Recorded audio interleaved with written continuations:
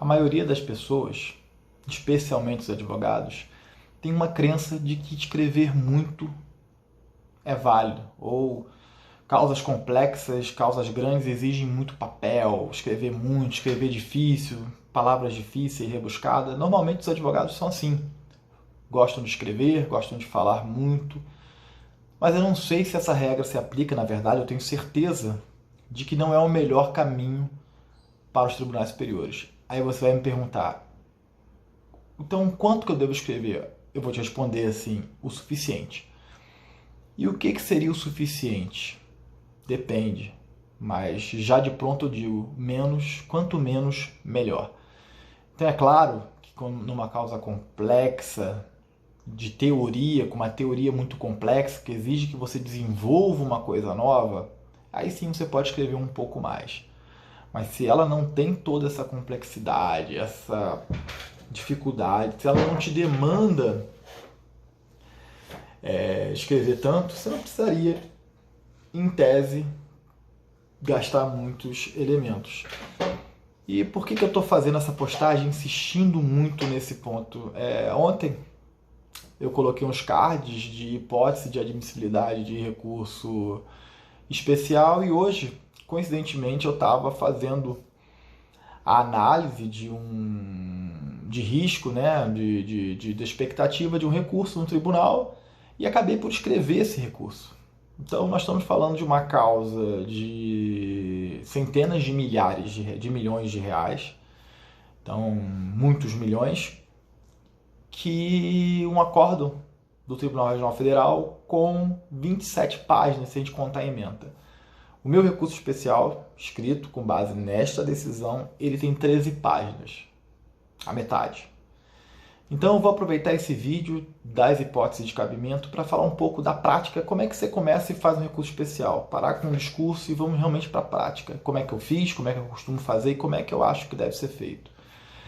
Primeira coisa que a gente tem que fazer é lembrar das 3 hipóteses de cabimento, né? O recurso especial ele vai caber quando uma norma federal for violada, uma lei federal, seja complementar, seja uma lei ordinária.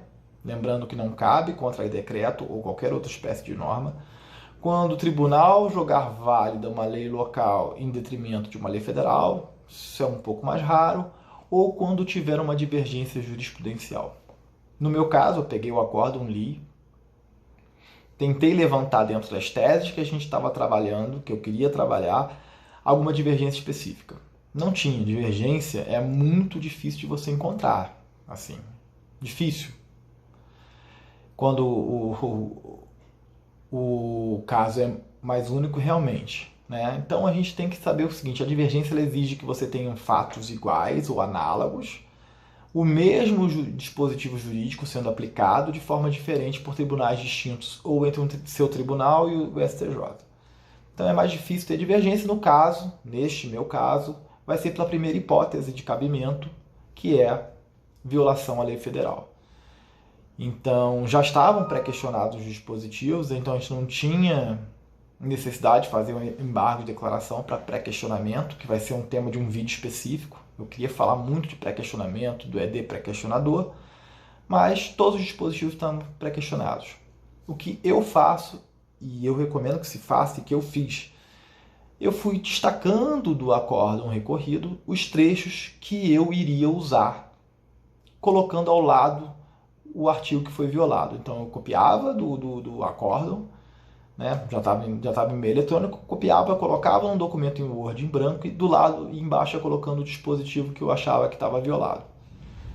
Depois disso, de fazer toda a leitura do acórdão e ir tirando esses trechos e colocando num papel, eu fui e coloquei cada uma das teses abstratamente colocada, objetivamente colocada. Então eu esqueci o caso em tese, o caso específico, e comecei a fazer perguntas ou afirmações objetivas.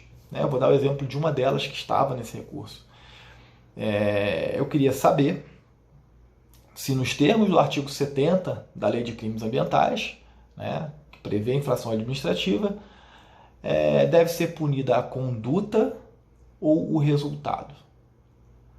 E se poderia a mesma conduta ser objeto de autuação por 2 órgãos ambientais distintos. Então essa resposta a essa pergunta, o julgador, em tese, ele não precisa descer aos fatos, olhar as provas do meu caso. Ele vai responder, olha, o direito administrativo sancionador, ele pune conduta ou ele pune resultado? Ou pune os dois? Ele vai responder isso, abstratamente ou objetivamente. A segunda pergunta é, uma única conduta que produz um único resultado, ela pode ser punida por dois órgãos diferentes? Também ele vai responder sim ou não e por quê. E a partir dessa tese, a partir dos trechos e a partir do dispositivo que eu tive como violado, já pré-questionado, eu vou desenvolvendo meu recurso objetivamente. 13 páginas, eu tenho 4 pontos de tese jurídica, eu não coloco o tópico de tempestividade, eu não coloco o tópico de cabimento, eu não coloco um monte de tópico. Primeiro tópico meu já é uma forma diferente de contar a história, então eu trago elementos que depois eu vou trazer, um pouco de retórica, né? Um pouco de elemento de estilo. O segundo tópico é o caso dos autos, são 3 parágrafos que eu conto o caso dos autos, o que está sendo discutido ali, e depois eu começo as violações. Então eu trouxe mais 4 violações, né? 4 teses diferentes que eu vou trazendo. Uma tese relacionada à prescrição, uma tese relacionada ao bis in idem, uma tese relacionada a elementos do tipo, né? E uma tese relacionada a efeitos da nulidade da incompetência, de atos nulos após a declaração de incompetência. Então, essa é a forma que eu faço, que eu fiz esse recurso que saiu com 13 páginas contra um acórdão de 27 numa causa milionária. É assim que eu sugiro que se faça, porque daí você não se prende aos fatos do processo, você passa a pensar uma tese jurídica deslocada daquilo, você traz o dispositivo violado e traz os trechos do acórdão que se relacionam com esse dispositivo e com essa sua tese. E dali você desenvolve uma dialética. Olha, a lei prevê isso, o acórdão disse isso, eu acho que é assim. Ou entendo que é assim. O STJ entende assim em outras oportunidades, você traz precedente, mas não precisa transcrever o precedente inteiro, não precisa transcrever essa doutrina inteira. Está vendo aquele monte de livro atrás de mim? Eles são importantes, mas não precisam estar transcritos no seu recurso especial, a não ser que seja uma matéria absolutamente nova e controvertida. Se não for nova nem controvertida, menos é mais. Seja objetivo. Tire a tese, objetive ela, ilustre ela com os trechos do seu acórdão e faça a dialética. Olha, a lei diz isso, o acórdão diz isso e por isso ele feriu a lei nesse ponto. Tese seguinte, vamos embora. A lei diz isso, ou a jurisprudência diz isso, e a lei diz isso, a jurisprudência diz isso, o acórdão diz aquilo, e divergiu os dois, e foi assim que ficou.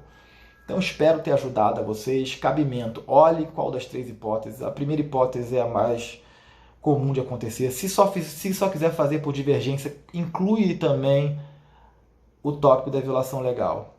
E eu vou trazer depois falando especificamente sobre pré-questionamento e divergência. Então, hoje foi por violação.